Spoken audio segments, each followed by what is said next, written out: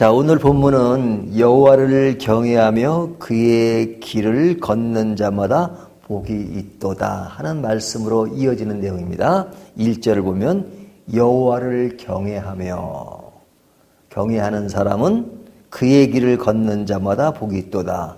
여호와를 경외하니까 하나님이 원하시는 그 길을 걷겠죠. 그런 자에 대한 이야기입니다. 그러니까 앞에 전제가 딱 되어지고 설명이 되어지니까 본문을 이해하는 데 굉장히 쉽죠. 자, 여호와를 경외하며 그의 길을 걷는 자의 모습이 어떤 것인가? 첫 번째는요, 복을 받은 자입니다. 그렇게 가는 사람은 복을 받는 사람이에요. 1절에 보면 여호와를 경외하면 그의 길을 걷는 자마다 뭐가 있다 그래요? 복이 있도다 그러죠. 그러니까 진짜 복 있는 사람은 어떤 사람이냐? 여호와를 경외하고 그의 길을 걷는 자가 진짜 복받은 사람이라 이거죠. 반대로 이야기하면 여호와를 경외하지 않고 그의 길을 가지 않는 사람은 복받은 자가 아니죠. 무의미한 삶을 사는 겁니다. 여호와를 경외하지 않고 그의 길을 걷지 않는 사람은 오늘날로 말하면 예수님을 믿지 않는 사람들이죠.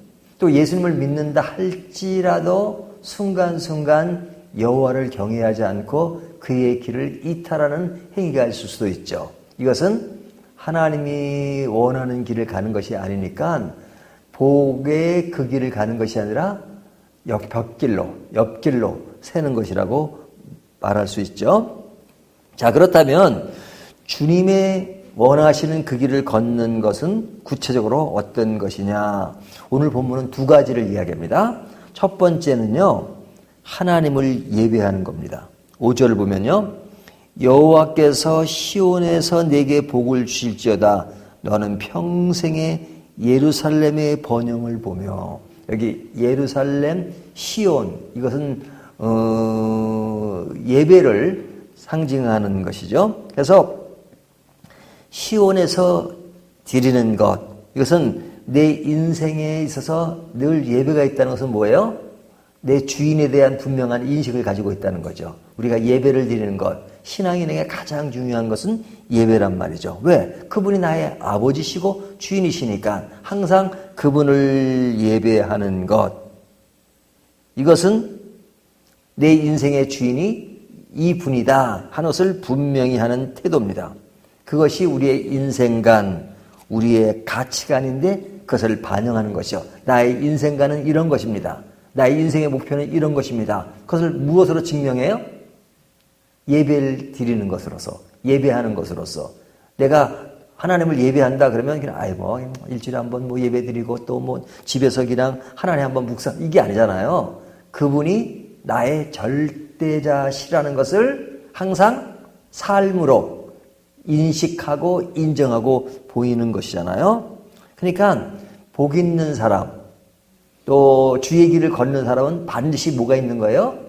예배가 있는 겁니다. 예배가 없는 사람은 주의 길을 걷는 게 아니에요. 여호와를 경외하는 것이 아니에요. 그러니까 복된 삶이라고 말할 수가 없어요. 자, 그렇다면 그 예배를, 이 복된 삶을 사는 주의 길을 걷는 사람은 이 예배를 얼마 동안 드리냐?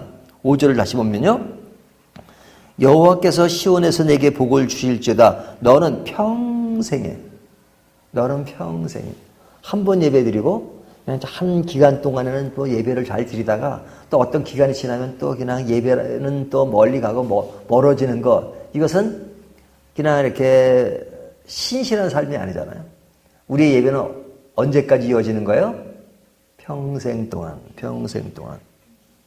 그 평생 동안으로만 끝나는 것이 아닙니다. 여기 보면 너는 평생에 예루살렘의 번영을 보며 내 자식의 자식을 볼지어다. 자식의 자식을 볼지어다, 이게 뭐예요? 나의 한 대로만 끝나는 것이 아니라 계속해서 그 예배가 이루어지는 것. 이것이 중요하죠. 그러니까 우리의 예배는 영원토록 이루어지는 것입니다. 이것이야말로 가장 복된 삶이다, 이렇게 말하는 거죠. 첫 번째 이야기는 이거예요. 두 번째 이야기는 뭐냐면, 주의 길을 걷는 것은 그냥 예배만 드리는 것으로 끝나는 것이 아니라 일상의 삶 속에서 이루어지는 거죠. 2절을 보면요. 내가 내 손이 수고한 대로 먹을 것이라. 내가 내 손이 수고한 대로 먹는다는 것이 뭐예요? 우리가 어떻게 해야 먹고 살 수 있어요? 직장을 다니든지 또 뭐 사업을 하든지 뭐 등등이잖아요. 어떤 특별한 활동을 통해서 수입을 얻잖아요. 그것이 뭐냐면 내 손이 수고한 대로 먹을 것이라 그러잖아요. 그러니까 사람은 수고하며 살아야 살 수 있는 겁니다. 아담과 하와가 타락했을 때 하나님이 그들에게 뭐라고 그랬어요? 너희는 평생 땀을 흘려야 살 수 있다 이렇게 말씀하셨잖아요. 그러니까 오늘날 우리들은 뭐 맨날 교회 와서 예배만 드리고 아무것도 안 하고 그러지 않잖아요. 저는 직장이 없는데요. 집에만 있는데요. 가정주부도 직장입니다. 그 집에서 가사를 돌보는 일이 얼마나 힘든 일이에요. 제가 그것도 하나의 우스갯소리가 아니라 직장이라고 말할 수 있죠.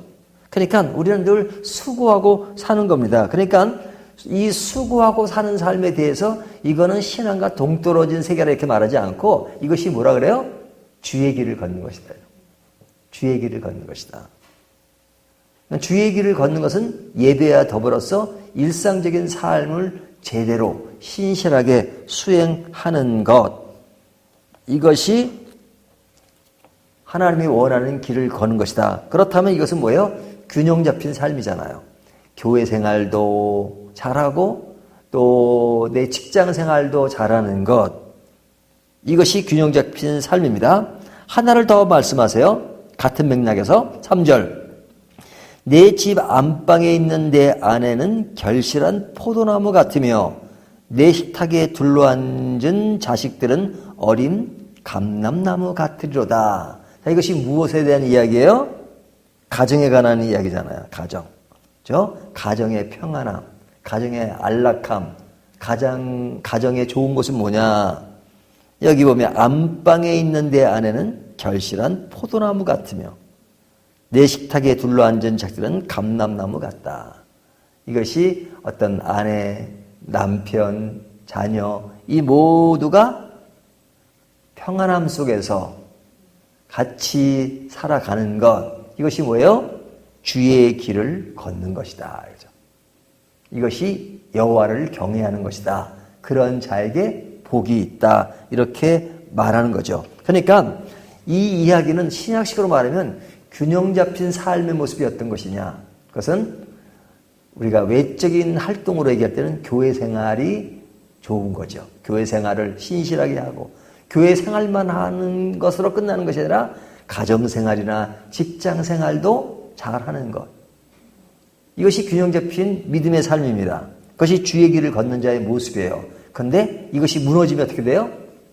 어떤 사람은 직장생활이나 가정생활은 엉망이에요. 엉망. 교회는 열심히 해요. 교회는. 그것을 주의 길을 걷는 것이라고 말하지 않아요. 그건 불균형적인 삶입니다. 하나님을 성전에만 딱 모셔놓는 거예요. 하나님은 성전에만 계신 게 아니에요. 성전은 인간이 하나님을 가시로 만날 수 있는 것을 보여주는 것이지 그 자체가 하나님이 거기만 계시다고 말하는 것이 아니에요. 그렇기 때문에 교회 생활하는 것은 매우 매우 중요합니다. 하지만 교회에만 사는 건 문제예요.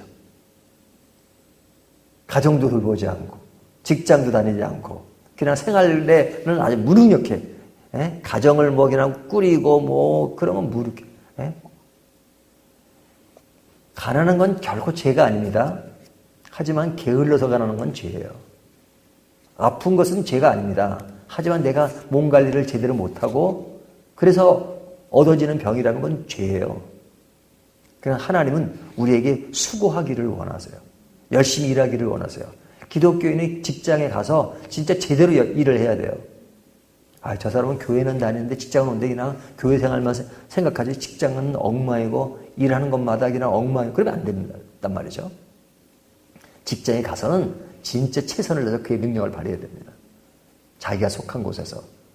또 가정생활도 마찬가지예요. 가정생활도 신실하게 해야 돼요. 제가 옛날에 성경 꼭 글을 맡았는데 그 글은 특별한 글이에요. 이 아내들은 다 교회를 다니는데 남편들은 교회를 안 다녀요. 그리고 얼마 있다가 남편들이 이제 교회를 나오기 시작했어요. 그런데 남편은 이제 초신자잖아요, 말하자면. 그러니까 아내들이 늘 큐티 적용할 때 남편에 대한 적용이에요. 이 말씀 우리 남편이 봐야 되는데 이 남편이 이래서 문제야 하고 항상 남편에게 문제를 제시해요. 그래서 제가 한 번은 그랬어요. 정색을 하고 큐티 적용할 때 남편 적용하지 말라고. 본인 거 적용하라고. 본인 거. 본인 거 적용이 더 중요하다고. 그렇죠? 그러니까 남편이 안 믿는 사람이라면 그 아내가 그 남편이 믿는 길로 돌아올 때까지는 더 가정생활에 충실해야 합니다. 밥도 제대로 해주면서 교회도 나오고 빨래도 제대로 해주고 그냥 밥 차려주는 것도 없고 아무것도 없고 그냥 교회만 가요. 제 친한 친구가 있어요. 대기업에 다니는 친구가 있는데 가끔 저한테 와요. 근데 그 친구는 교회를 안 다녀요. 근데 그 아내는 아주 열심히 교회에 다녀요. 근데 그 친구가 저한테 와서 불만을 토로하는 게 뭐예요? 제 아내는 참 좋은 사람이래요. 그런데 그렇게 교회만 열심히 하고 애들 돌보지 않고 자기도 돌보지 않는다는 거예요. 그 불만을 토로해요. 그것은 불균형이에요. 주님이 원하시는 삶이 아니에요. 사실은 안 믿는 쪽이라면 그것을 더 신경 써야 됩니다. 근데 당신은 뭐 극단적으로 마귀 자식이야 그러면 안 돼요. 그냥 생활 가운데서 내가 신앙생활하는데 이런 것이 도움이 돼. 내 어떤 그런 얘기를 해줌으로써 그런 동화될 수 있도록 만들어야지 계속 정죄를 해버리면 그나마 교회도 안 나오죠. 나오지도 않는 사람이. 그러니까 그는 삶으로 더 먼저 보여주고 그리고 점점 믿음 안에 들어올 수 있도록 만들어줘야죠. 이것이 가정을 꾸리는 것, 직장생활을 잘하는 것입니다. 그리고 더불어서 교회 생활도 열심히 해야 되죠. 어떤 사람은 또 가정생활과 또 직장생활은 참 열심히지만 교회 생활은 그냥 그게 부수적이에요. 교회가 부수적이에요. 그래서 그냥 그것이 1순위예요. 그리고 교회는 그냥 그거는 좀 시간이 남으면 교회 한번 오고 예수는 믿으니까 그렇게 생각한단 말이에요. 아닙니다. 교회 생활도 진짜 생명을 걸고 해야 합니다. 똑같이 해야 돼요. 똑같이 해야 돼요. 이것이 주님의 길을 걷는 자의 모습이고 여호와를 경외하는 자의 모습이다. 이런 자가 진정 어떤 자라고요? 복된 자다. 이렇게 말씀하신 겁니다. 자, 무엇을 위해서? 하나님의 영광을 위해서 주의 길을 걷는 복된 길은 뭐냐? 그것은 생활의 균형이다. 예배와 가정과 직장생활의 균형이다 하는 것을 오늘 본문이 말씀해 주고 있습니다. 이 말씀 따라서 균형 잡힌 삶을 살아가는 저와 여러분 되시기를 주님의 이름으로 축원합니다.